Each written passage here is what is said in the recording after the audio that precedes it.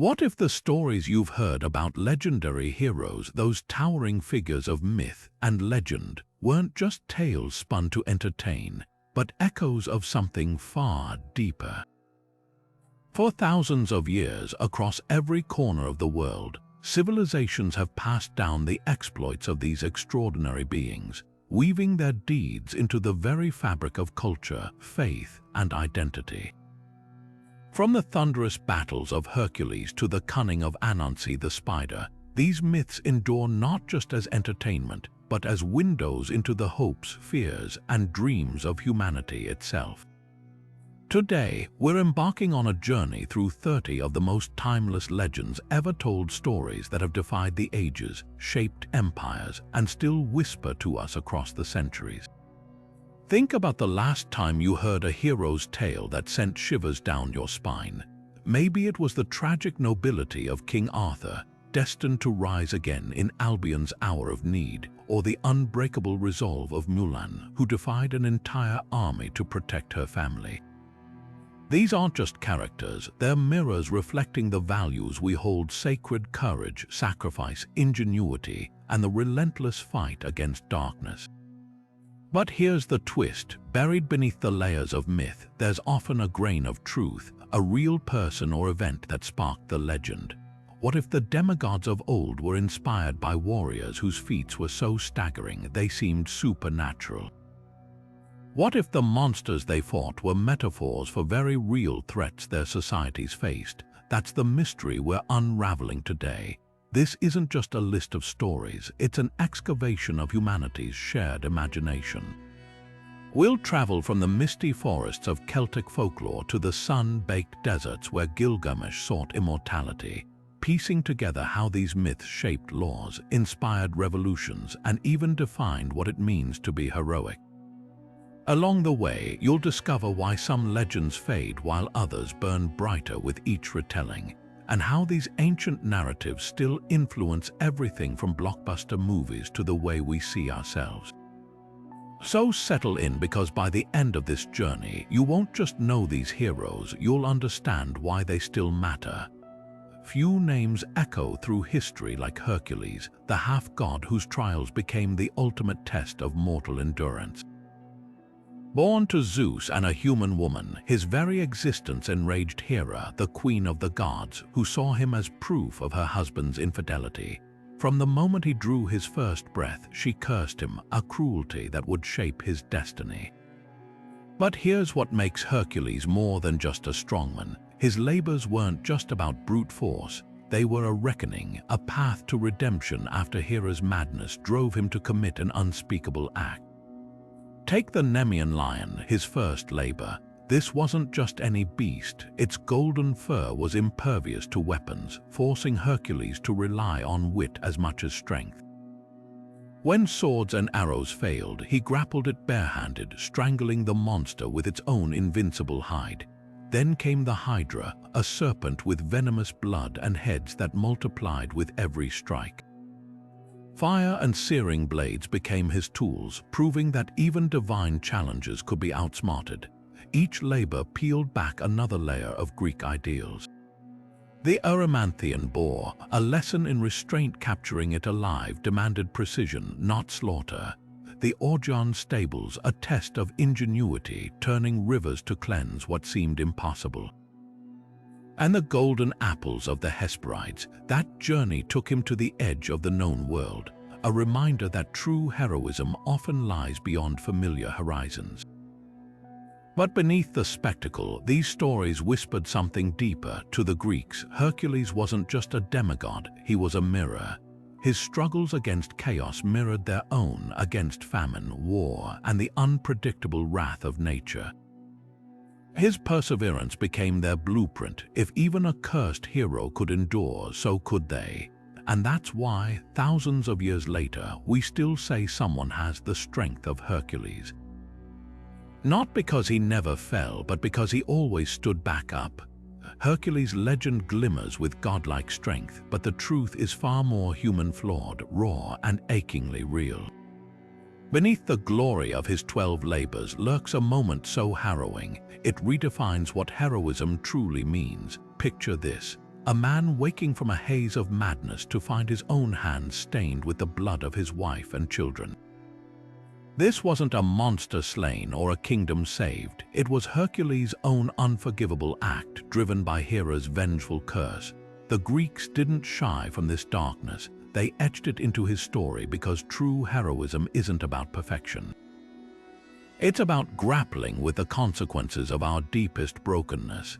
His penance, those infamous labors, wasn't just a checklist of feats. Each task carved away at his guilt, transforming brute strength into something sacred. When he wrestled Cerberus from the underworld, it wasn't just about proving his might. It was a descent into his own personal hell, facing the shades of those he'd failed. Even his apotheosis, ascending to Olympus as a god, carries a haunting duality. Immortality wasn't a reward, it was the final weight of his humanity. The Greeks understood what modern retellings often gloss over. A hero's greatest battle isn't against lions or hydras, it's against the chaos within. This tension between divinity and frailty is what makes Hercules timeless. Unlike the sanitized heroes of later eras, he embodies the messy, contradictory nature of Greek ideals. His story whispers that redemption isn't about erasing mistakes, but carrying them forward not as scars but as strength. That's why his myth endures, not in spite of his tragedy, but because of it. When we speak of Hercules today, we're not celebrating an invincible demigod. We're honoring the unbreakable will of a man who stared into the abyss of his own soul and kept walking. The legend of King Arthur begins not with a crown or a castle, but with an impossible test, a sword lodged deep in stone, waiting for the one true king of Britain. Unlike Hercules' God-given might, Arthur's power came from his worthiness, not his bloodline. A squire barely out of boyhood, he drew Excalibur not through strength, but because the land itself recognized his destiny. That moment where ordinary metal became a symbol of divine right captures the heart of Arthurian myth. But Excalibur was more than a weapon, it was a covenant. Its blade could cut through any armor, its scabbard made the wearer invincible, yet these gifts came with a brutal truth. The sword's magic lasted only as long as its wielder upheld justice. Lose that, and even Excalibur became ordinary steel. Camelot, Arthur's shining citadel, wasn't just a castle, it was an idea. A round table where every knight, regardless of birth, had an equal voice. For a medieval audience living under rigid feudal hierarchies, this vision was revolutionary. The Knights of the Round Table weren't just warriors, they were bound by oaths to protect the weak, seek truth, and live by a code that often demanded more than battlefield bravery. Lancelot's adulterous love for Guinevere or Gawain's fatal pride weren't just plot twists, they were warnings about how easily idealism can crumble. Historians still debate whether Arthur was based on a real 5th century warlord resisting Saxon invaders. Fragments of Welsh poetry mention a warrior named Artorius, and the ruins of Tintagel Castle whisper of Dark Age royalty. But the historical truth matters less than why his myth endured. In times of war or political chaos, Britain resurrected Arthur's legend. Henry VIII commissioned tapestries of the Round Table, and World War Roman II pilots painted Excalibur on their planes as a symbol of hope. The genius of Arthur's story lies in its duality. Is Excalibur a magical weapon or a metaphor for the burden of leadership? Is Camelot a lost golden age or a reminder that no society, however noble, can outlast human frailty? Every generation reinvents Arthur because his tale isn't about perfection. It's about striving for it anyway, knowing the quest itself is what makes us worthy. The Holy Grail wasn't just a cup, it was the ultimate test of a knight's soul. Unlike Excalibur, which chose its wielder, the Grail revealed itself only to those whose hearts were free from sin.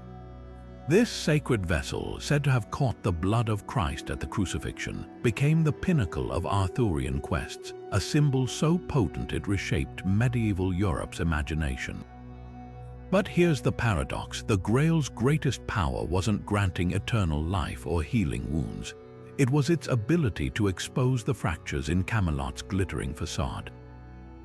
Take Percival, the youngest and most untested of Arthur's knights. When he first glimpsed the Grail in the wounded Fisher King's castle, his silence, his failure to ask the healing question cost the kingdom its salvation. Yet his humility afterward, his willingness to wander years in penance transformed him. Where others sought the Grail for glory, Percival sought redemption. His second chance, where he finally asked, "Whom does the Grail serve?" flipped the entire quest on its head. The answer wasn't about possessing holiness but serving it. Now contrast Lancelot, Camelot's greatest warrior. No knight swung a sword with more skill, none inspired more loyalty, yet his love for Guinevere barred him from even seeing the Grail. The legend tells of him reaching the chapel door only to collapse, paralyzed by divine fire. His failure wasn't lack of courage, it was the weight of his own betrayal. The Grail didn't judge his strength but his soul, and that verdict shook Arthur's court to its core. This duality, Percival's quiet purity versus Lancelot's tormented passion, mirrored medieval Christianity's own tensions. Monasteries preached asceticism while crusaders wielded swords in God's name. The Grail myth became a battleground for these contradictions, offering a vision of spiritual knighthood that transcended bloodshed. Wolfram von Eschenbach's Parzival even dared to suggest the Grail could bless pagan and Christian alike, a radical idea in an age of holy wars. By the late Middle Ages, Grail lore had seeped into politics. Kings like Edward III used Grail imagery to legitimize their rule, while mystics like Joan of Arc were seen as living Grail maidens. The quest's legacy endures because it asks a question we still grapple with: can power ever be truly holy? Camelot's answer was clear. The moment knights sought the Grail for themselves, it vanished. Like Arthur's kingdom, it remained just out of reach, a reminder that some ideals shine brightest when they're never quite attained. Beowulf's battle with Grendel isn't just a clash of strength, it's a collision of worlds. Picture Heorot, King Hrothgar's great mead hall, its walls ringing with laughter and song until Grendel, a creature born of Cain's cursed blood, begins his nightly slaughter. This monster isn't merely a physical threat, he's the embodiment of chaos, tearing apart the fragile order of human society with every attack. Enter Beowulf, a Geatish warrior whose very name whispers of bear-like strength. When he arrives to challenge Grendel, he does something unthinkable. He strips off his armor and lays aside his sword, facing the beast with bare hands. This isn't just bravery, it's a statement. Beowulf meets Grendel on the monster's own terms, matching inhuman savagery with disciplined fury. The fight itself is a masterpiece of tension. Grendel, who has never faced resistance, suddenly finds his grip matched by a force he can't overpower. Beowulf's fingers tighten like iron bands, tendons straining until the monster's arm rips from its socket. But here's where the story transcends mere spectacle. Grendel's limb, hung from Heorot's rafters, isn't just a trophy, it's a symbol. The Danes wake to see chaos itself pinned to their hall, a tangible reminder that even the darkest nightmares can be conquered. This tale didn't spring fully formed from the English countryside. Its roots dig deep into Norse oral tradition, where heroes and monsters were locked in eternal struggle.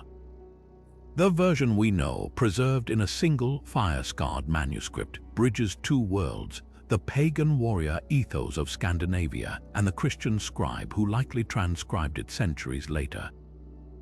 You can still hear the rhythm of the Scop's harp in its alliterative verses, feel the cold North Sea wind in its descriptions. What makes Beowulf endure isn't just the adrenaline of the fight, it's the layers beneath. Grendel isn't some mindless beast. His hatred of Heorot's joy mirrors humanity's fear of isolation. Beowulf's victory isn't just physical, it's the triumph of light over shadow, community over alienation. And when the mead flows again in Heorot, we're reminded that every age has its Grendels, and every society needs its Beowulfs. Beowulf's final battle begins not with a roar, but with silence, the theft of a single golden cup from a dragon's hoard. This isn't the frenzied chaos of Grendel's attacks or the underwater terror of Grendel's mother. The dragon is different, ancient, coiled around its treasure for 300 years. It wakes not from bloodlust but from violation. When it rains fire on the Geats, it's not mindless rage, it's calculated retribution. And here, in this clash, we see Beowulf transformed. No longer the young warrior who fought barehanded, he's now a silver-haired king, armored and armed, facing a foe that mirrors his own twilight. The dragon isn't just another monster, it's mortality itself, wearing scales and wings. Its poison seeps into Beowulf's veins just as time has seeped into his bones. Yet what's staggering isn't his death but his choices. He could have sent his warriors to fight while he ruled from safety. Instead, he insists on leading the charge, shielding his people even when his strength falters. The lone exception is Wiglaf, the last loyal thane, who rushes to his king's side when others flee. Their partnership, the old king and the young warrior, becomes the key to victory, but at a cost. The dragon dies, but so does Beowulf, his wounds fatal. This ending fractures the heroic ideal. In pagan tradition, a warrior's glory came from looting the dead and claiming treasures. Yet Beowulf's final act is to gaze not at the hoard he's won, but at the tower his people will build in his memory, a monument to collective survival, not individual conquest. The poet lingers on the funeral pyre, the wailing Geats, the gold thrust back into the earth as if rejecting the very greed that sparked the battle. It's here that Christian themes bleed through, sacrifice over spoils, legacy over loot.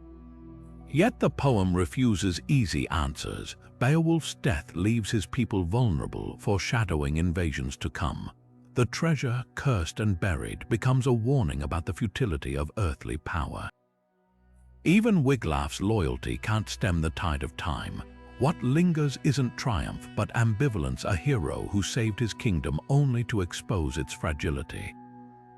That's why this myth endures. It doesn't offer clean victories or eternal glory.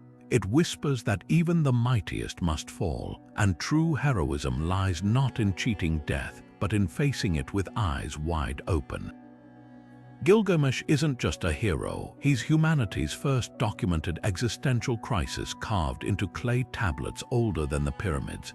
The epic of Gilgamesh begins not with a humble origin, but with a tyrant king strangling his own city of Uruk through unchecked power. Two-thirds god, one-third man, Gilgamesh embodies the tension between divine ambition and mortal frailty. His people cry out to the gods not for a savior but for relief from his arrogance.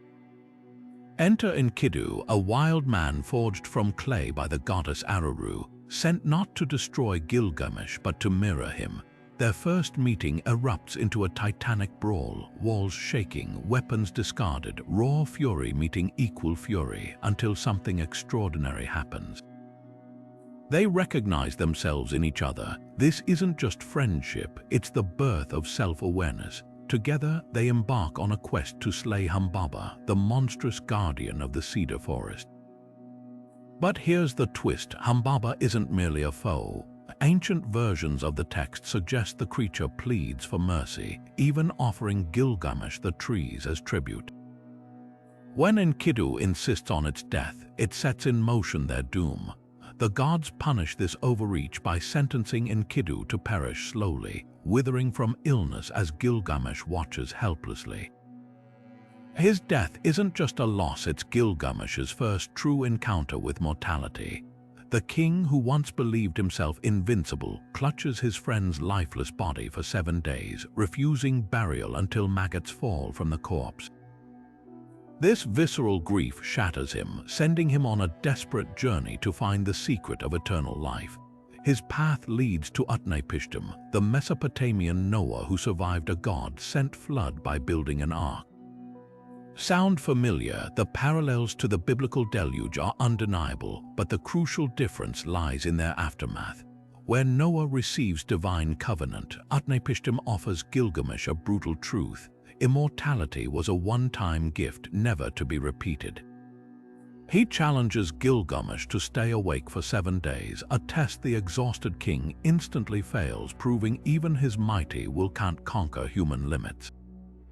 There's a final cruel hope, a plant at the bottom of the ocean that restores youth. Gilgamesh retrieves it, only for a serpent to steal it while he bathes. The symbolism writhes with meaning, knowledge slipping away, the inevitability of decay mirrored in the snake's shed skin.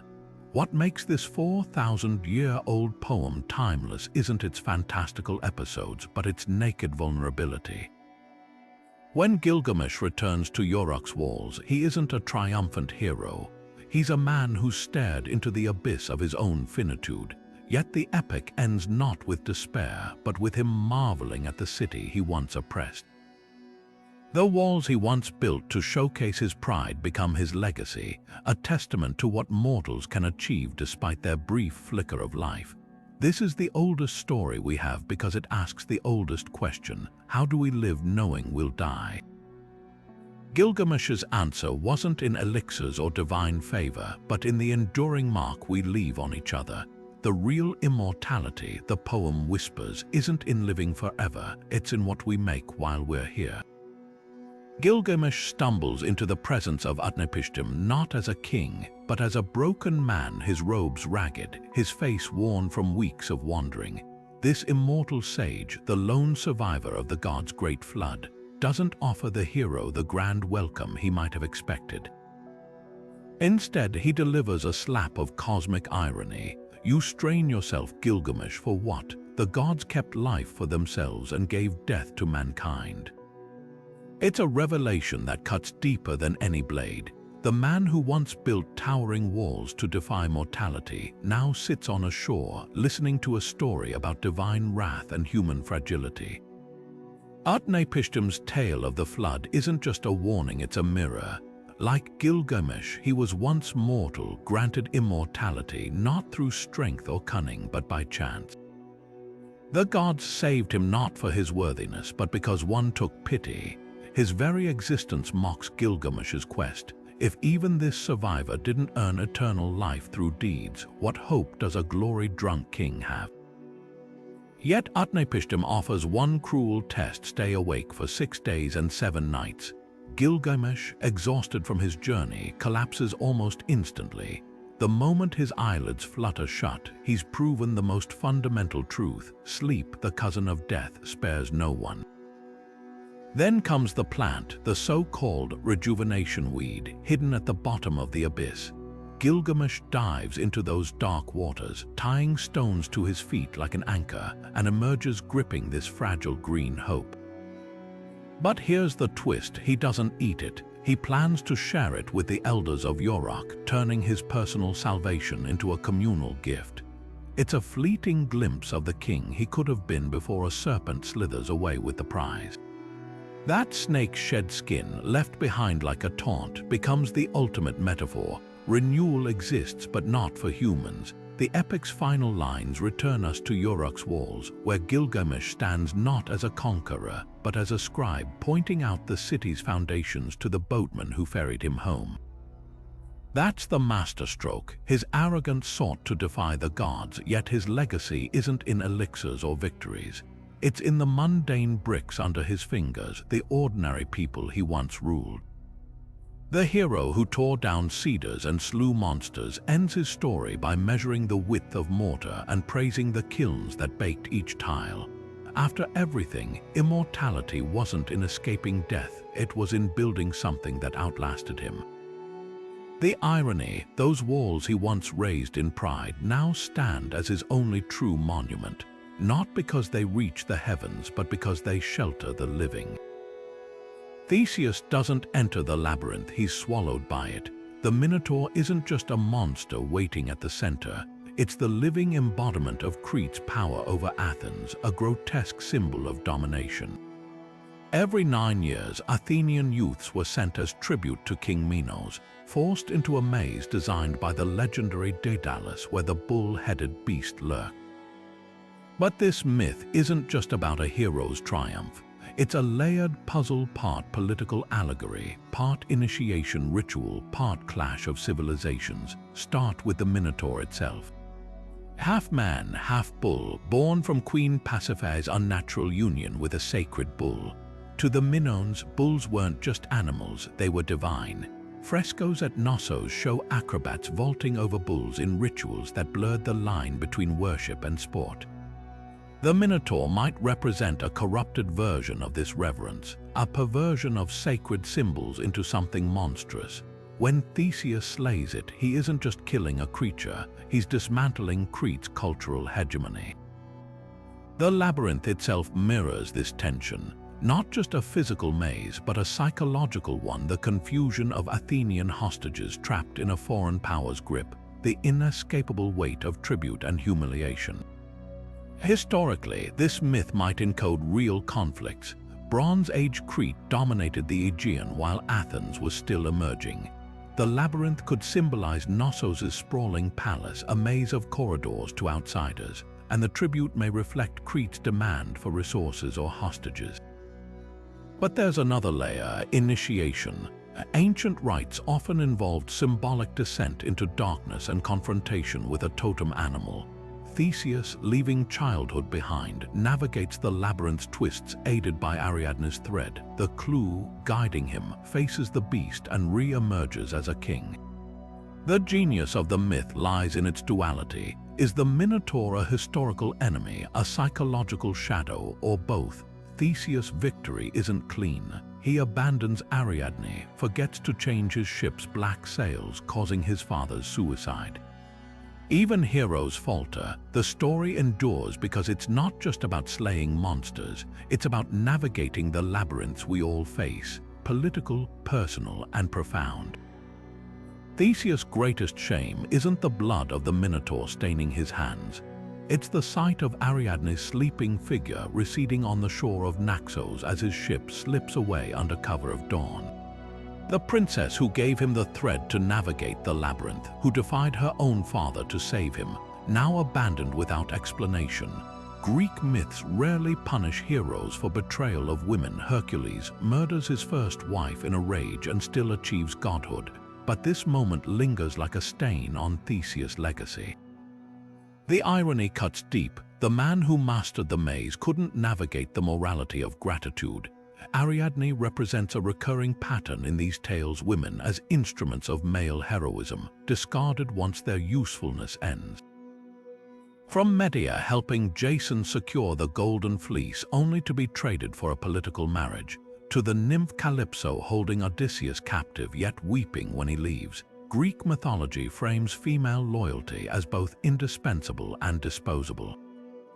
Ariadne's thread wasn't just twine, it was trust unraveled. Some versions claim Theseus acted under orders from Athena, others that Dionysus compelled him to leave. Either way, the message is clear: her fate mattered less than his glory. Yet the story doesn't end on that bitter shore. Dionysus, the god of ecstasy and chaos, finds Ariadne weeping and elevates her to immortality. Here, the myth takes an extraordinary turn. The abandoned woman becomes divine, her crown of stars later forming the Corona Borealis constellation. This twist subverts the expected narrative. Where Theseus saw something expendable, Dionysus recognized something sacred. Their union wasn't just rescue, it was apotheosis. The contrast between Theseus and Dionysus speaks volumes about Greek values. Theseus represents Polis, the ordered city-state where logic and duty reign. Dionysus embodies the wild, intuitive forces those structures suppress. Ariadne's ascent suggests that what human heroes deem insignificant, the gods might cherish. Her story whispers that betrayal isn't always the end, sometimes it's the doorway to something greater. The same culture that normalized abandoning women also preserved this counter-narrative, as if acknowledging the cost of heroism even as it celebrated it. Modern readers often miss the radical thread here. In a world where women's stories were footnotes to male glory, Ariadne's constellation still burns in the night sky, a divine rebuke to mortal forgetfulness. The Greeks understood that myths aren't just about triumphs, they're about reckoning with the wreckage left in their wake. When we look up at those stars, we're not just seeing Ariadne's crown. We're seeing every silenced voice the myths forgot to name. Perseus' quest begins with a death sentence not his own but his mother's, when King Polydectes demands the impossible, sending the young hero to retrieve the head of Medusa. It's not just a test of courage. It's a trap disguised as a quest, banking on the certainty that no mortal can survive the Gorgon's gaze. But here's what makes this myth extraordinary. Perseus doesn't rely on brute strength alone. His victory comes through divine collaboration and borrowed power, a reminder that even heroes need help. Athena, the goddess of wisdom, gifts him a polished shield to use as a mirror, avoiding Medusa's deadly stare. Hermes lends winged sandals for flight, while the Stygian nymphs provide Hades' helm of invisibility and an adamantine sickle. This arsenal transforms Perseus from an underdog into a strategic hunter, proof that mythic heroism often hinges on ingenuity over force. Medusa herself is far more than a monster. Earlier versions of her story paint her as a beautiful priestess of Athena's temple, cursed after being violated by Poseidon within those sacred walls. The goddess's punishment, transforming Medusa's hair into snakes and her gaze into stone, reads less as justice and more as displaced rage. Athena's later alliance with Perseus adds another layer of complexity. Is she aiding him to restore balance or to erase the living reminder of a god's crime? The Gorgon's decapitation becomes grotesquely symbolic. When Perseus wields her severed head as a weapon, it's not just a trophy, it's the weaponization of trauma itself. The imagery here is visceral. Medusa's blood spawns Pegasus and Chrysaor, creatures of both terror and wonder. Her face, even in death, retains its power, petrifying enemies when displayed on Athena's aegis. This duality, life springing from destruction, protection born from horror, captures the Greek fascination with contradiction, but the most haunting detail lies in Medusa's eyes. Unlike her immortal Gorgon sisters, she's the only one who can die, the only one made mortal by Athena's curse. In that vulnerability, she becomes tragically human. Modern retellings increasingly frame Medusa as a victim rather than a villain, her monstrous form a shield against further harm. The myth endures because it forces us to ask who the real monster is: the woman turned into a weapon, or the gods who orchestrated her suffering. Perseus' triumph isn't the climax, it's the aftermath. When he uses Medusa's head to rescue Andromeda, then turns Polydectes to stone, the message is clear: power, even unjustly gained, can be repurposed. But at what cost? The blood on Perseus' hands isn't just the Gorgons, it's the stain of a system where divine whims crush mortal lives. What lingers isn't the hero's glory, but the echoing scream of a woman wronged twice, first by a god, then by history. Medusa's face, frozen in eternal rage, becomes a mirror. We see reflected back not just ancient fears, but our own complicity in labeling the traumatized as threats. That's why this myth still chills us, not because of petrifying gazes or winged sandals, but because it forces us to confront who gets to be the hero and who gets remembered as the monster. Perseus doesn't stumble upon Andromeda by chance. He finds her chained to a jagged cliff, waves crashing beneath her feet as the sea monster Cetus circles below. This isn't just a damsel in distress. Andromeda's binds are the price of her mother's vanity. Queen Cassiopeia had boasted that her daughter's beauty surpassed the Nereids, the sea nymphs, and Poseidon's wrath demanded sacrifice. The imagery here is stark: a princess offered not by an enemy, but by her own people, bound not with rope but with the weight of royal arrogance. What happens next isn't just a rescue, it's a masterclass in tactical myth-making. Perseus doesn't leap into battle with sword drawn. He hovers above the fray on Hermes' winged sandals, gripping Medusa's severed head like a divine grenade. With one calculated motion, he yanks the Gorgon's face from its sack, turning Cetus to stone mid-lunge. The moment is almost surgical, a single strike leveraging borrowed power rather than brute force.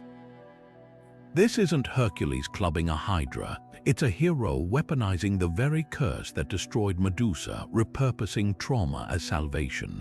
the aftermath ripples through the stars. Andromeda, Perseus, Cassiopeia, even Cetus all are immortalized as constellations, their stories etched in celestial patterns. But look closer and the myths encode a darker truth. Andromeda's constellation shows her eternally bound, arms outstretched as if still awaiting rescue.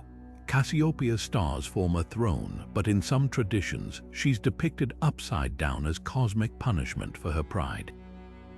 These celestial maps aren't just tributes, they're cautionary tales, yet the real brilliance lies in Perseus' choice afterward. He could have claimed Andromeda as spoils of victory. Instead, he confronts her betrothed, Phineus, in a battle that ends with Medusa's head freezing an entire court of conspirators in stone. It's another layer of Greek irony. The monster slayer now wields monstrosity as justice. The myth refuses simple morals. Is Perseus a hero for saving Andromeda, or complicit in perpetuating the cycle of using divine weapons to solve human problems? The constellations don't answer, they simply glow overhead, silent witnesses to the messy intersection of fate, folly, and the fleeting triumphs of those who stare into the abyss and live to tell the tale. Jason's quest for the Golden Fleece begins with a throne stolen, not by enemies but by his own uncle, Peleus, who whispers that such a prize could legitimize any king. The fleece itself shimmers with contradiction, hung in a sacred grove guarded by a sleepless dragon, yet stained with the blood of the winged ram that saved a prince from sacrifice. This isn't just an adventure, it's a reckoning with the cost of power. The Argo, the first Greek ship said to carry heroes rather than warriors, becomes a floating microcosm of ambition. Hercules rows alongside Orpheus, whose lyre will later quiet the sirens. Atalanta, the huntress outrunning every man, shares benches with Castor and Pollux. But here's the rub: Jason, the supposed leader, rarely leads. Take the clashing rocks, the Symplegades that crush ships daring to pass. While the crew's strength rows them through, it's Phineus the seer, not Jason, who advises releasing a dove to time the rock's movements. Later, when the bronze giant Tolos hurls boulders at the Argo, it's Medea's sorcery that defeats him, lulling him into removing the nail that holds his ichor, the divine blood keeping him alive. Jason's greatest talent seems to be recruiting those who eclipse him. The myth whispers an uncomfortable truth: colonial ventures often rely on the marginalized. Medea, the Colchian princess, betrays her father for Jason's cause, using her knowledge of herbs and spells to help him seize the fleece. Yet her loyalty is repaid with exile, her skills reduced to plot devices for Greek glory. The fleece's origins deepen this tension. It comes from the ram sent to rescue Phrixus, a boy fleeing his own stepmother's treachery. The ram dies protecting him, its fleece hung in Ares' grove, a relic of sanctuary turned into a trophy. When Jason claims it, he's not completing a hero's trial, he's perpetuating a cycle of taking what isn't his. The Argonauts' voyage mirrors Greek expansionism, a crew of elites appropriating resources under the guise of destiny. Even their stops, Lemnos, where women slaughtered their husbands, Circe's island, where Medea begs purification for her brother's murder, reveal the collateral damage of their quest. Jason's final tragedy isn't failure but mediocrity. Unlike Hercules ascending to Olympus or Theseus founding Athens, he dies alone, crushed by the rotting prow of the Argo, the ship that made him famous. The myth's warning is brutal. Leadership without virtue is just exploitation with a crown. The fleece, once a symbol of salvation, becomes a mirror for the greed it enabled. And Medea, her story outshines his, a storm of betrayal and vengeance that exposes the rot behind heroic facades. The Argonaut's tale endures not for its triumphs, but for its honesty. Sometimes the greatest monsters aren't dragons, but the choices heroes justify along the way. Medea's knife doesn't just kill her children, it slashes through the fabric of Greek heroism itself. In Euripides' version, her infanticide isn't a spasm of madness, but a calculated strike against Jason's legacy. Think about the sheer audacity, a foreign woman already marginalized as a barbarian sorceress weaponizing maternity itself. Greek myths often framed women as victims or prizes, but Medea refuses both roles. When Jason abandons her for a Corinthian princess, she doesn't weep or plead. She engineers a horror so unthinkable it forces Athens, the city that gave Euripides his stage, to confront its own hypocrisy. Earlier versions of the myth tell a different story. In fragments from Corinthian lore, the children die accidentally stoned by citizens after Medea flees, their bodies later honored in a hero cult. Some accounts even suggest Hera herself orchestrated their deaths to punish Jason's broken oaths. But Euripides twists these threads into something far more subversive. His Medea isn't a pawn of fate. She's a woman who understands power better than the heroes around her. She knows that in a world where men like Jason trade wives like currency, the only true retaliation is to destroy what he values most, his lineage. The play's original audience would have recoiled at this inversion. Greek society idealized mothers as nurturers, their bodies vessels for carrying on patriarchal lines. By murdering her sons, Medea doesn't just break Jason, she shatters the entire social contract. What chills even more is her cold clarity. She hesitates mid-act, her hand trembling as she smells their hair before steeling herself with the words, "I know what evil I am about to commit, but my rage is stronger than my reason." This isn't the wailing grief of Hercules or Theseus. It's a woman weighing the cost of her pain and choosing to make others pay instead. Euripides layers the tragedy with biting irony. Medea escapes Corinth not through brute strength but with Helios' sun chariot, a divine taxi service reserved for her grandfather's descendants. While Jason rots in grief, she soars into the sky, a literal deus ex machina underscoring her agency. The message is brutal. The system that exiled her as an outsider still can't touch her. Compare this to Homer's Circe or Hesiod's Pandora, where dangerous women are tamed or punished. Medea refuses containment. The myth's evolution reveals Athens' own anxieties. As the city tightened citizenship laws restricting women and foreigners, Euripides' play forced audiences to empathize with both. Medea's final words, "You'll die as you lived," struck by a relic of your own ambition, aren't just prophecy. They're the echo of every marginalized voice the myths tried to silence. What makes her story timeless isn't the infanticide, but the uncomfortable truth it exposes. Sometimes the monster isn't born, she's made. Odysseus' journey begins not with a sword stroke, but with a whisper. The word nobody hanging in the dank air of the Cyclops' cave. This isn't just clever wordplay, it's a masterclass in survival. When Polyphemus roars for help after being blinded, bellowing that nobody attacked him, the other giants shrug and walk away. The moment reveals a truth that defines the entire epic. Brains trump brute force in Homer's world. But the brilliance of Odysseus' trick isn't just its effectiveness, it's how sharply it contrasts with the values of other heroes. Achilles' rage and Ajax's raw strength pale in comparison to this kind of cunning, which keeps Odysseus alive long enough to endure the next trial. That trial comes in the form of Scylla and Charybdis, perhaps the most iconic lose-lose scenario in mythology. The Straits force a choice between two horrors, the six-headed monster Scylla, who'll snatch 6 crew members no matter what, or the whirlpool Charybdis, capable of swallowing the entire ship. Homer doesn't offer a third option. Odysseus, warned by the sorceress Circe, makes the ruthless but pragmatic decision to skirt closer to Scylla, sacrificing a few to save the many. It's a captain's calculus, cold, necessary, and utterly human. The scene strips away any illusion of heroic invincibility. Even the cleverest mortal can't outthink every danger. Sometimes survival means choosing which scars to bear.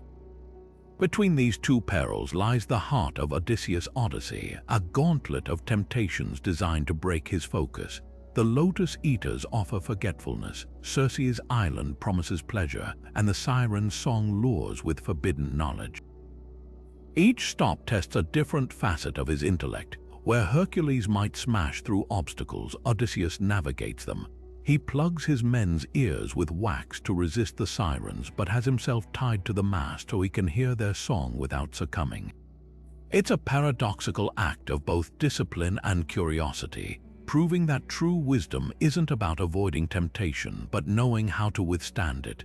The nobody roost echoes beyond the Cyclops' cave.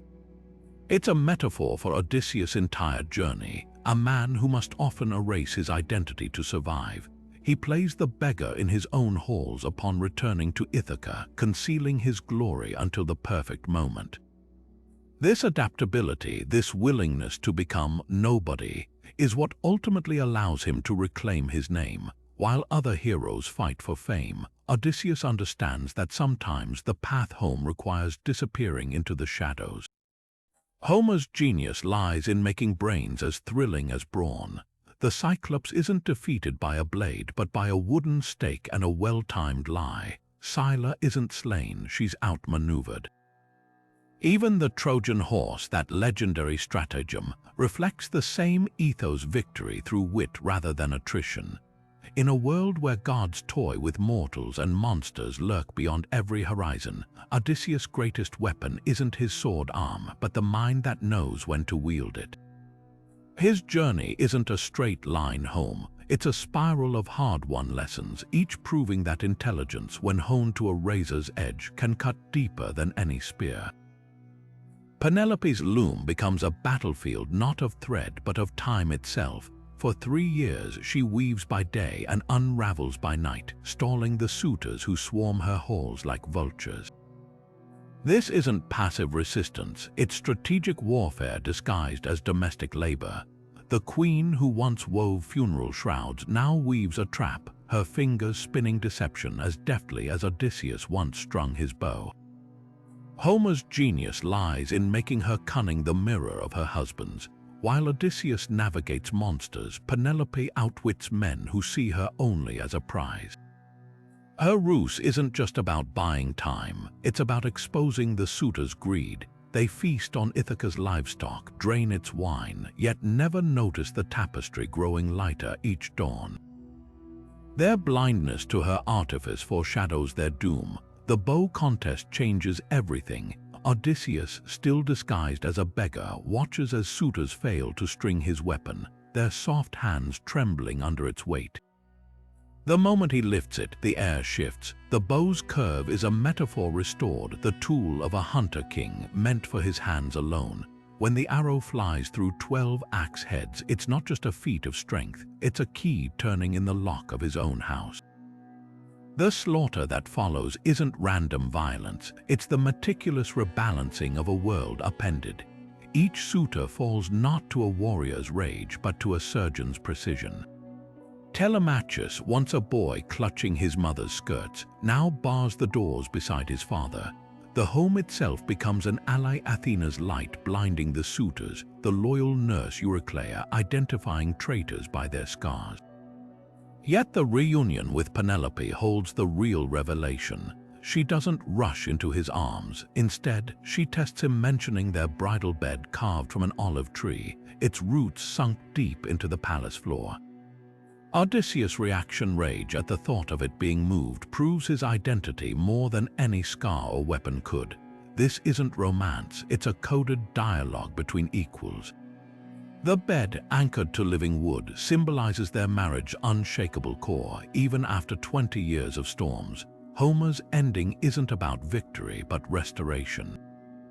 The blood on the floors isn't glorified, it's mopped up. The gods intervene not to crown Odysseus, but to stop the cycle of vengeance. Ithaca's order isn't rebuilt through more violence, but through the quiet resumption of rhythms. The scent of cedar from the cleansed halls, the sound of looms humming again. The Odyssey's final lesson: true power lies not in conquering foreign lands, but in coming home, and knowing how to recognize it when you do. The dragon Fafnir doesn't just guard gold, he becomes it. Once a dwarf, twisted by greed after seizing a cursed ring from his own father's hoard, his body bloats into a serpentine monstrosity, his very breath poisoning the earth around him. Enter Sigurd, the orphan prince raised by a smith, whose fate intertwines with the beast in the Volsunga saga's most chilling episode. This isn't a simple slaying, it's a cautionary tale about the corrupting weight of treasure, where the real monster isn't the dragon, but the lust that created him. Sigurd's strategy defies brute force. Guided by the wisdom of the wandering sage Regin, he digs a pit beneath Fafnir's path, waiting to strike upward as the dragon crawls to drink. The moment the blade gram pierces the creature's heart is almost anticlimactic, a single clinical thrust. What follows, though, is anything but. Drinking a drop of Fafnir's blood grants Sigurd the ability to understand birdsong, revealing Regin's plot to betray him.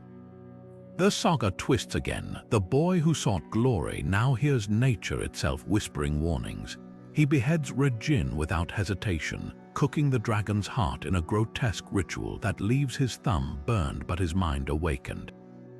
That cursed ring, Anvaranot, carries the weight of generations. Forged by the dwarf and Vari under Loki's coercion, it carries a doom foretold from its creation. This gold will destroy all who possess it. The parallels to Tolkien's One Ring are unmistakable. Both artifacts twist their bearers, promising power while eroding their humanity. When Sigurd claims it, he unknowingly steps into a cycle of betrayal and tragedy that will outlast him. The ring passes to Brynhild the Valkyrie, then to the Burgundians, unraveling kingdoms in its wake. Norse myth doesn't deal in clean victories. Sigurd's triumph over Fafnir grants him neither peace nor legacy. He's tricked into betraying Brynhild, murdered in his sleep by those he trusted, and avenged by his widow Gudrun in a saga spanning blood feud. The dragon's gold, scattered and reclaimed, never finds a worthy owner. Even the great hero is just one link in the chain of its destruction. What makes this myth endure isn't the spectacle of a dragon's death, but its brutal honesty about desire. Fafnir's transformation from dwarf to worm mirrors every soul consumed by obsession. Sigurd's brief brilliance, his cunning, his cursed insight can't shield him from the ring's gravity.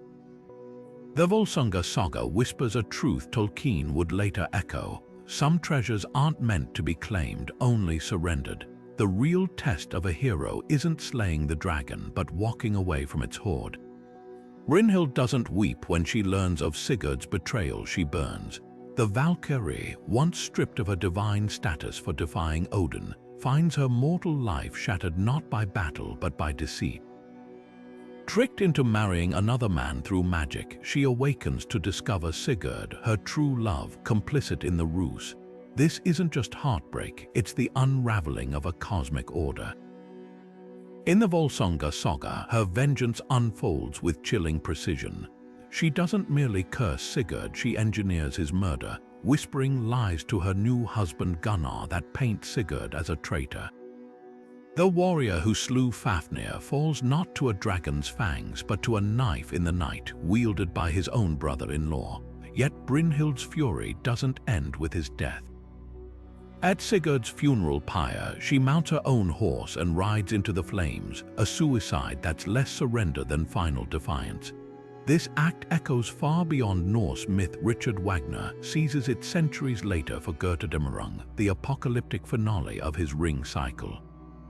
But where the saga portrays Brynhild as tragically flawed, Wagner transforms her into something transcendent. His Brunhilde doesn't just join Siegfried in death, she ignites Valhalla itself, purging the world of gods and mortals alike to break the cycle of greed begun by the Rheingold. The shift is profound. Norse Brynhild dies for personal vengeance, while Germanic Brunhilde dies for cosmic justice. The contradictions between versions reveal deeper cultural currents.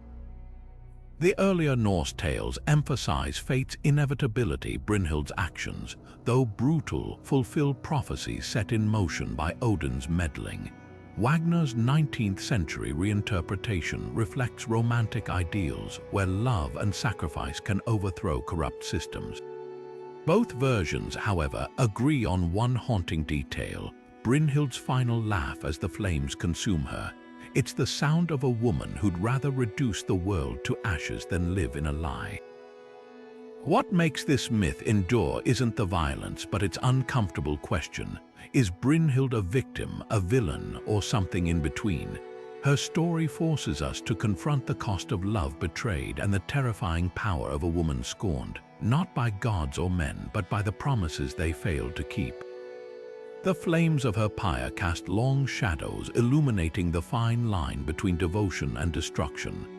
Robin Hood's arrow doesn't just split a tree, it splits history itself. The outlaw of Sherwood Forest exists in a liminal space between rebellion and myth, his story shifting with each retelling to mirror the anxieties of the era. Early ballads from the 1300s and 1400s paint a far cry from the noble thief we know today. This wasn't a cheerful rogue in Lincoln Green robbing the rich to feed the poor. He was a yeoman, a commoner, whose defiance of corrupt sheriffs and church officials tapped into deep-seated peasant frustrations. The earliest surviving ballad, Robin Hood and the Monk, shows him not as a philanthropic hero but as a violent fugitive, his loyalty reserved for those who share his code, not the destitute but his band of outlaws. The Merry Men weren't just a band of misfits, they were a microcosm of medieval class resistance. Little John, Friar Tuck, and Will Scarlet each represent a facet of society pushed to the margins. A giant denied steady work, a cleric disillusioned with the church's greed, a craftsman displaced by feudal oppression. Their camaraderie weaponizes humor and cunning against authority. When Robin disguises himself as a potter to outwit the sheriff, or when Friar Tuck baptizes corrupt nobles in the river, the ballads aren't just entertainment. They're survival manuals for the disenfranchised, teaching audiences how to mock power without getting hanged. The legend's evolution reveals how folklore breathes. By the 1600s, Robin morphs into a dispossessed earl, his theft sanitized into charity. This wasn't accidental. Tudor England needed a hero who challenged bad governance but upheld hierarchy, hence the aristocratic twist. Yet the core tension remains. Robin's Forest is both sanctuary and battleground, a place where the rules of feudalism don't apply. Sherwood becomes mythic not for its trees but for what it represents, an upside-down world where the weak outsmart the strong. Historians still hunt for the real Robin Hood. Candidates range from a runaway serf named Robert Hod to a fugitive archer in Edward II's records. But the truth might be more radical. Robin Hood isn't a person. He's an idea, one that surfaces whenever the gap between rich and poor grows too wide to ignore. From medieval peasants to Depression-era Hollywood, his story endures not because of his arrows, but because he answers a question we still ask. What do you do when the law becomes the crime? By the 14th century, Robin Hood's legend had already begun to shift, no longer just a yeoman with a grudge, but a nobleman unjustly stripped of his lands. This version, popularized in ballads like A Jest of Robin Hood, reframed him as a fallen aristocrat, his outlaw status the result of political scheming rather than born of the soil. The change wasn't accidental. In an era where land disputes and baronial power struggles dominated, audiences craved a hero who could navigate both the forest and the court. Now, when Robin robbed fat abbots, it wasn't just a jab at corruption, it was a reclaiming of what was rightfully his. The Merry Men became less a band of rebels and more a makeshift court, with Robin dispensing justice under the greenwood tree like some rogue magistrate. Fast forward to the 19th century and Robin transforms again, this time into a Saxon freedom fighter resisting Norman oppression. Sir Walter Scott's Ivanhoe cemented this image, portraying him as a symbol of Anglo-Saxon resilience against William the Conqueror's descendants. This Robin wasn't just stealing gold, he was preserving a dying culture. The Victorians, obsessed with medieval revival and national identity, latched onto this interpretation. Paintings showed him in quasi-Arthurian glory, his arrows standing for English exceptionalism rather than peasant defiance. The irony: there's no historical evidence Saxons and Normans were still at odds by the 12th century when Robin supposedly lived. But facts matter less than what people needed him to represent. a champion of the oppressed no matter the era. The debate over Robin's reality is as tangled as Sherwood's roots. Court records mention a Robin Hood as early as the 1300s, but these could be nicknames for any fugitive. Some historians point to Robert Fitzooth, a disgraced earl, while others argue he's an amalgam of multiple outlaws. The most compelling theory, Robin Hood wasn't a person at all, but a folk archetype, a mirror held up to whatever injustice burned brightest at the time. When taxes crushed the poor, he was their avenger. When nationalism surged, he became England's spirit. What endures isn't the man, but the magic of his malleability. Every generation molds Robin in its own image, proving that the best myths aren't static, they're alive, shifting to fill the cracks in the world they inhabit. Whether nobleman or commoner, Saxon or symbol, his arrows always find their mark, not in the heart of a sheriff, but in the conscience of those who hear his story. Chulainn's body doesn't just fight, it unravels. The Irish hero's infamous warp spasm, described in the Tain Bo Cúailnge, is more than a battle trance. It's a grotesque metamorphosis that twists him into something barely human. One eye sucks into his skull while the other bulges monstrously. His tendons snap and coil like springs, and his mouth froths with venom so potent it melts the shields of those who dare near him. This isn't disciplined combat, it's a force of nature unleashed, a visceral embodiment of the Celtic concept of Ryostrad, the warrior's distortion. Yet this power isn't without cost. Each transformation scrapes away another piece of his humanity, leaving him hollowed out by his own fury. The Jisa, or sacred taboos binding Chulainn, act as both his armor and his Achilles' heel. Never refuse a meal offered by a woman. Never eat the flesh of his namesake, the Hound of Chulainn. These aren't arbitrary rules, they're woven into the fabric of Celtic honor, a code that demands respect for hospitality and kinship even amid slaughter. But the Morrigan, the shape-shifting goddess of war and fate, exploits these taboos with cruel precision. When she disguises herself as an old crone offering him dog meat, Chulainn is trapped. To refuse her is to break one geese, to accept is to violate another. His downfall isn't spear or sword, but the very oaths meant to protect him. His final battle plays out like a slow-motion tragedy. Mortally wounded, Chulainn ties himself to a standing stone so he may die on his feet, his bloodlust still burning as his life drains away. Even in death, his body refuses to fall until a lone crow, often interpreted as the Morrigan herself, alights on his shoulder, signaling his passing. The imagery here is hauntingly deliberate. The crow, a symbol of prophecy and doom, perches on the hero like a judge closing a ledger. What makes Chulainn's myth endure isn't his victories, but his contradictions.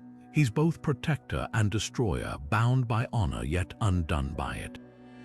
His warp spasm reflects the Celtic belief that true power isn't tamed, it's harnessed at great risk, and his death, a reminder that even the mightiest fall when gods play chess with mortal lives. The Morrigan doesn't just predict fate, she orchestrates it. When she first appears to Chulainn as a beautiful woman offering love and alliance, only to be scorned by the hero, her vengeance unfolds not with a scream but with a whisper. This shape-shifting goddess of war, sovereignty, and prophecy wears her triple nature like a cloak. Now a crow circling battlefields, now a wolf howling at twilight, now a crimson-washed washerwoman scrubbing the hero's blood-stained armor by a ford. Each guise carries the same chilling message: death is coming, and it wears Chulainn's face. Her most haunting intervention comes at the Battle of Moytura, where she perches on a tree branch, croaking a prophecy that twists the air itself. She doesn't merely foresee Chulainn's end, she weaves it into being with every word. The Celts saw prophecy not as passive vision, but as active creation. To speak a fate was to set it in motion. When the Morrigan chants of his impending fall, she's not warning him, she's binding him, but her power isn't monolithic. As the body be, she's the crow whose wings stir panic in armies. As Macha, she curses men with the pain of childbirth for disrespecting her speed. as Nemain, her shrieks shatter spearheads mid-flight. This trifold nature reflects the Celtic reverence for liminal spaces, thresholds where life meets death, truth meets illusion. Her manipulation of Chulainn isn't petty spite, it's the playing out of a cosmic balance. By tricking him into breaking his Jisa, she ensures his story follows the oldest rule of Irish myth: no hero escapes whole. The brilliance of her character lies in her ambiguity. She mourns Chulainn even as she engineers his demise, keening over his corpse before claiming his soul for the other world. This duality, lover and reaper, creator and destroyer, mirrors the Morrigan's ultimate role, not as villain or ally, but as the inevitable tide that erodes even the mightiest cliffs. Her crows still darken Irish skies today, a reminder that some forces refuse to be carved into simple myths. They simply are waiting, watching, and whispering futures into flesh. Sun Wukong's defiance shakes the very pillars of heaven, not with solemn rebellion, but with gleeful chaos.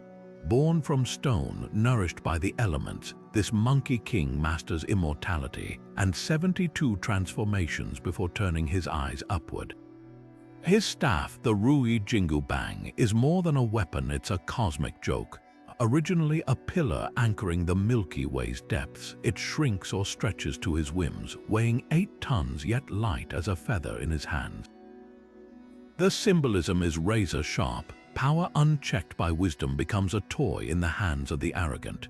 When heaven's bureaucrats offer him the title, Great Sage equal to heaven, they mean it as a hollow appeasement. Sun Wukong takes it literally, upending celestial order with the mischief of a child toppling chess pieces. His rebellion isn't political, it's existential. He gorges on peaches of immortality meant for deities, guzzles Laozi's elixirs of wisdom like cheap wine, and scribbles his name across the heavenly register as if heaven's laws were mere suggestions. The Jade Emperor's armies crumble before him, not because he's stronger, but because he refuses to play by the rules. In one infamous scene, he somersaults beyond Buddha's outstretched hand, boasting he's escaped the cosmos, only to discover the 5 pillars of creation are Buddha's fingers all along. The lesson is brutal, even infinite power has limits, yet Sun Wukong's true arc begins not with defeat, but with the weight of the mountain of 5 elements crushing him for 5 centuries. Buddha's punishment isn't just physical imprisonment, it's enforced stillness for a being who'd never paused to reflect. His eventual release under the monk Xuanzang reframes his rebellion. Now the staff that once shattered heavenly gates becomes a tool to clear earthly obstacles on the pilgrimage westward. His tricks, once selfish, turn tactical, outwitting demons who embody greed and delusion. The Monkey King's redemption isn't about surrendering his nature, it's about channeling it. By journey's end, this troublemaker achieves Buddhahood, a twist that subverts every expectation. Unlike Greek or Norse heroes who fall to hubris, Sun Wukong's story argues that even the wildest souls can be tempered, not by breaking their spirit, but by giving it purpose. His staff, now a monk's walking stick, still hums with potential. The message lingers like incense. True power isn't in defying the universe, but in understanding your place within it. Xuanzang's journey to the west begins with imperial decree, a monk tasked with retrieving sacred Buddhist texts to cleanse China's spiritual corruption. But the real pilgrimage starts when Sun Wukong, the celestial rebel, bursts from his mountain prison like a firework. Their partnership shouldn't work. The monk's quiet devotion clashes with the Monkey King's anarchic glee. Yet this contrast becomes the story's genius. Every demon they face isn't just a monster, it's a satire of Tang Dynasty bureaucracy. A river spirit demanding paperwork before permitting passage, a mountain deity hoarding scriptures as tribute. These aren't random foes. They're mirrors of the very human greed Xuanzang's mission seeks to transcend. Wukong's role evolves from troublemaker to tactician. Where Xuanzang prays for patience, the Monkey King exposes corruption with prankster precision. In one episode, he shrinks himself to infiltrate a demon's belly, not just to defeat it, but to mock its hollow grandeur from the inside out. His tricks forging official seals, impersonating magistrates aren't just for survival. They reveal how absurd earthly power looks when held up to cosmic truth. The monk's sutras may promise enlightenment, but Wukong's staff delivers the sharper lesson. Even heaven's hierarchy is riddled with hypocrisy. The pilgrimage's brilliance lies in its reversals. Chulainn, the devout, often falters paralyzed by fear or deceived by illusions. Wukong, the rebel, becomes the guardian of discipline, using his celestial vision to spot deception where faith alone fails. Their dynamic inverts expectations. The holy man needs saving, the trickster becomes the savior. Even their companions, the gluttonous Zhu Beiji and the silent Sha Wujing, reflect fragmented paths to enlightenment. One craves, one endures, but only Wukong questions. By journey's end, the satire melts into sincerity. Wukong's Buddhahood isn't a surrender of his nature, but its refinement. The staff that once toppled heavenly towers now rests lighter than a thought behind his ear. The rebel becomes the enlightened, not despite his chaos, but because he channeled it. The final irony, the scriptures they retrieve are blank, an empty scroll mocking the hunger for dogma. True wisdom, the story whispers, wasn't in the texts at all. It was in the steps between them. Rama's bowstring hums with more than tension, it carries the weight of cosmic order itself. When Ravana, the 10-headed demon king of Lanka, abducts Sita, he isn't just stealing a princess, he's rupturing Dharma, the sacred balance that binds the universe. The Ramayana unfolds not as a simple rescue mission, but as a masterclass in righteous kingship, where every choice from exile to war becomes a thread in the fabric of divine law. Rama's 14 years in the forest, stripped of his throne by palace intrigue, might seem like injustice, yet this exile is the crucible that forges his legend. Where other heroes rage against fate, Rama embraces his duty without hesitation, modeling the ideal of Maryata Purushottama, the perfect man who upholds boundaries even when they cost him everything. Sita's kidnapping by Ravana isn't merely a villain's act, it's a violation with layers of meaning. The demon lures her past the protective circle Lakshmana drew around their hut, exploiting her compassion for a disguised beggar. This moment transcends folklore. It's a meditation on the limits of trust and the price of mercy. Sita steps beyond the line not out of folly, but because her nature compels her to feed the hungry. Ravana's sin isn't just taking her, it's twisting Dharma itself, using righteousness as a weapon. Enter Hanuman, the monkey general whose leap across the ocean to Lanka becomes the Ramayana's most iconic act of devotion. His alliance with Rama isn't transactional, it's the meeting of two souls who recognize their roles in a grander design. Hanuman's burning of Lanka with his flaming tail isn't mindless destruction, it's a strategic strike at illusion. The city's golden spires, built on Ravana's stolen power, crumble under the fire of truth. The war's climax holds a paradox. Rama, the avatar of Vishnu, could have annihilated Ravana in an instant. Instead, he fights as a mortal, honoring the rules of honorable combat. His final arrow, tipped with Brahma's power, doesn't just kill Ravana, it liberates him. The demon king, a scholar and devotee of Shiva before greed corrupted him, dies with Rama's name on his lips, his soul finally free. The Ramayana's enduring power lies in this balance. Rama's adherence to Dharma seems rigid, yet his story thrives in the spaces between duty and love. When he later questions Sita's purity after her captivity, it's not cruelty, it's the unbearable tension between a king's public responsibility and a husband's private heart. The epic refuses easy answers, leaving us to wrestle with its truths just as Hanuman once wrestled with the sun, mistaking it for a fruit. Some lessons, like Rama's arrows, find their mark only when we're ready to receive them. Sita steps into the flames not to prove her innocence, but to expose the hollowness of the question itself. The Agni Pariksha, her trial by fire after returning from Ravana's captivity, is often framed as a moment of divine vindication. Agni, the fire god, emerges unscathed, cradling an unharmed Sita in his arms, seemingly confirming her purity. But look closer, and the scene unravels into something far more unsettling. Rama, the ideal king who once crossed oceans to rescue her, now demands his wife walk through fire to quiet courtly gossip.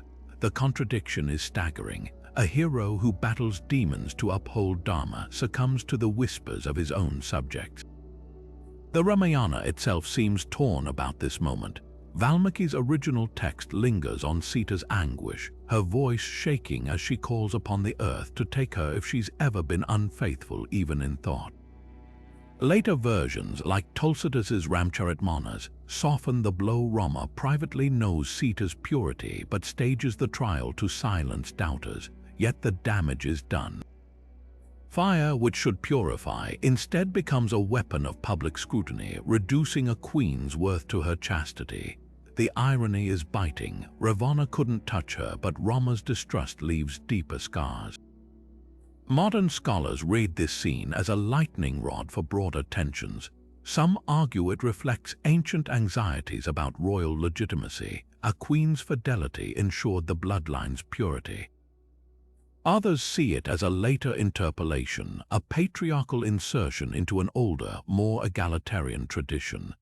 The Tamil Kamba Ramayana even inverts the moment, having Sita refuse the test outright, declaring her own oath sufficient.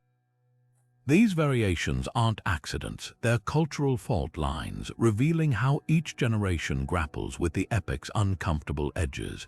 What makes Sita's trial resonate isn't its resolution, but its unresolved dissonance. Agni may declare her pure, but the flames don't erase the fact that she was asked to prove it. Her eventual return to the earth, swallowed by the ground in a later act of defiance, reads less like tragedy and more like a quiet rebuke. The fire test endures not as a celebration of virtue, but as a mirror held up to every society that still equates a woman's honor with her body. Sita walks through the flames, but it's Dharma itself that emerges scorched. Window enters the world not with a cry, but with a song, already walking, already speaking, already wielding his conga scepter like a warrior king. This Central African hero of Nyanga legend defies every convention of birth. Though his father Shemwindo tries to destroy him, ordering him buried alive, drowned in rivers, burned in pits, the earth itself rejects such violence. Each time Mwindo emerges unharmed, his voice echoing through the forest. The little one just born walks already. His origin isn't just miraculous, it's a manifesto. Born from his mother's thumb after Shemwindo decreed no children should come from her womb, Mwindo embodies resistance to tyrannical order. His talking scepter, gifted by the creator god Nyamureri, becomes more than a weapon. It's a conduit between realms, whispering strategy in battle and humming with the rhythms of the natural world. The dragon Kiramu isn't merely a monster to slay, it's a manifestation of disharmony. When this seven-headed beast ravages the land, choking rivers with its coils and blighting crops with its breath, Mwindo's battle becomes a cosmic realignment. His scepter strikes not just flesh but the root of imbalance, each clash reverberating through the spirit world. Kiramu's heads, regrowing when severed, force Mwindo to innovate. He digs pits lined with fire, using the earth itself as an ally. The victory isn't just physical, it's ceremonial, restoring the bond between humanity and the unseen forces that sustain life. The Nyanga people's oral traditions frame this duel as more than myth. It's an allegory for taming the wildness within and around us, where true power lies in collaboration with nature rather than domination. What sets Mwindo apart isn't his strength, but his diplomacy. After defeating his father, he doesn't claim vengeance, he offers reconciliation. Shemwindo's exile ends not with submission, but with a shared ritual cleansing, a restoration of balance that heals the kingdom. Even the scepter's voice fades once harmony is achieved, its job complete. The tale's brilliance lies in its circularity. The hero who entered the world singing of his own power exits the story, enabling others to find theirs. Unlike Western myths where dragons symbolize unmitigated evil, Kiramu's defeat isn't annihilation, it's transformation. The bones of the beast become fertile soil, the river it poisoned now teems with fish, and Mwindo's journey reminds us that the greatest magic isn't in being superhuman, but in making the world whole. Mwindo doesn't kneel before his fallen father, he reaches down to lift him up. This moment shatters the expectations of hero myths worldwide. Where Greek legends demand blood for blood and Norse sagas weave endless cycles of vengeance, the Nyanga hero chooses a different path. Mwindo, the tyrant who ordered his own son's death 7 times over, stands stripped of power, expecting execution. Instead, Mwindo presses his forehead to his father's and begins the Butcheru ritual, a sacred cleansing dance that doesn't erase the past but transmutes it. The talking scepter falls silent during this ceremony, not because its magic fades, but because reconciliation requires no weapons, only shared breath and movement. This act crystallizes a core Bantu philosophy called Ubuntu, often translated as "I am because we are." Unlike Western heroism that glorifies the individual conqueror, Mwindo's power stems from restoring communal harmony. The Nyanga elders say a person becomes whole only through others, a truth Mwindo embodies by healing the very man who sought to destroy him. When he anoints Mwido's brow with oil from the mucula tree, it's not surrender, it's alchemy. The oil, drawn from a tree whose resin looks like blood, symbolically transforms violence into renewal. Compare this to other African restorative traditions. The Zulu have Inkolokolo, where offenders rejoin society through reparations rather than exile. The Cuba people of Congo practice Bwiti ceremonies where dance and mask rituals dissolve grudges between families. These aren't merely customs, they're sophisticated systems recognizing that vengeance perpetuates suffering, while reconciliation rebuilds the social fabric. Mwindo's story encodes this wisdom in mythic terms. His father's exile ends not when he's punished, but when the village eats from the same harvest again. The genius of this resolution lies in its realism. Mwindo isn't magically redeemed, he's given space to change. Their relationship remains complex, with traces of tension lingering like scars. This nuance separates African hero myths from simplistic tales of good vanquishing evil. Mwindo's victory isn't in defeating his enemy, but in transforming the conditions that created enmity. His scepter's final words, "Beware the unknotted net," remind us that strength without unity is as fragile as a single strand. True power, the myth whispers, lies not in how many one can subdue, but in how many one can heal. Maui's fishhook isn't just a tool, it's a celestial wrench thrown into the gears of time itself. The Polynesian demigod, straddling the line between trickster and culture hero, doesn't wait for the world to bend to his will, he reshapes it with audacious creativity. Take his most famous stunt, lassoing the sun. In Hawaiian tradition, the sun once raced across the sky so fast that crops withered and fires couldn't catch. Maui's solution: weave a rope from his sister's hair, a thread stronger than any vine, and snare the sun's fiery limbs as it crests Halakola's summit. The negotiation that follows is pure Maui. He doesn't destroy the sun, but strikes a deal, forcing it to slow its pace for half the year. This isn't just mythic spectacle, it's an origin story for the tropical seasons, a celestial compromise etched into the rhythm of island life. Then there's the fishhook, not just any hook, but one crafted from the jawbone of his ancestors, humming with the mana of generations. When Maui casts it into the ocean depths, he doesn't merely catch fish, he hauls up entire landmasses. The Maori tell of Te Ika e Maui, the fish of Maui, which becomes New Zealand's North Island, its topography still echoing the struggle, mountains as bones, valleys as flesh torn in the fight. In Tahitian lore, his hook dredges up the Hawaiian archipelago, each island a scale shaken loose from the cosmic catch. these tales aren't mere fantasy, they're layered navigational mnemonics. The shapes of the islands, the currents that surround the Maui's exploits, encode the very knowledge that allowed Polynesians to traverse thousands of miles of open ocean.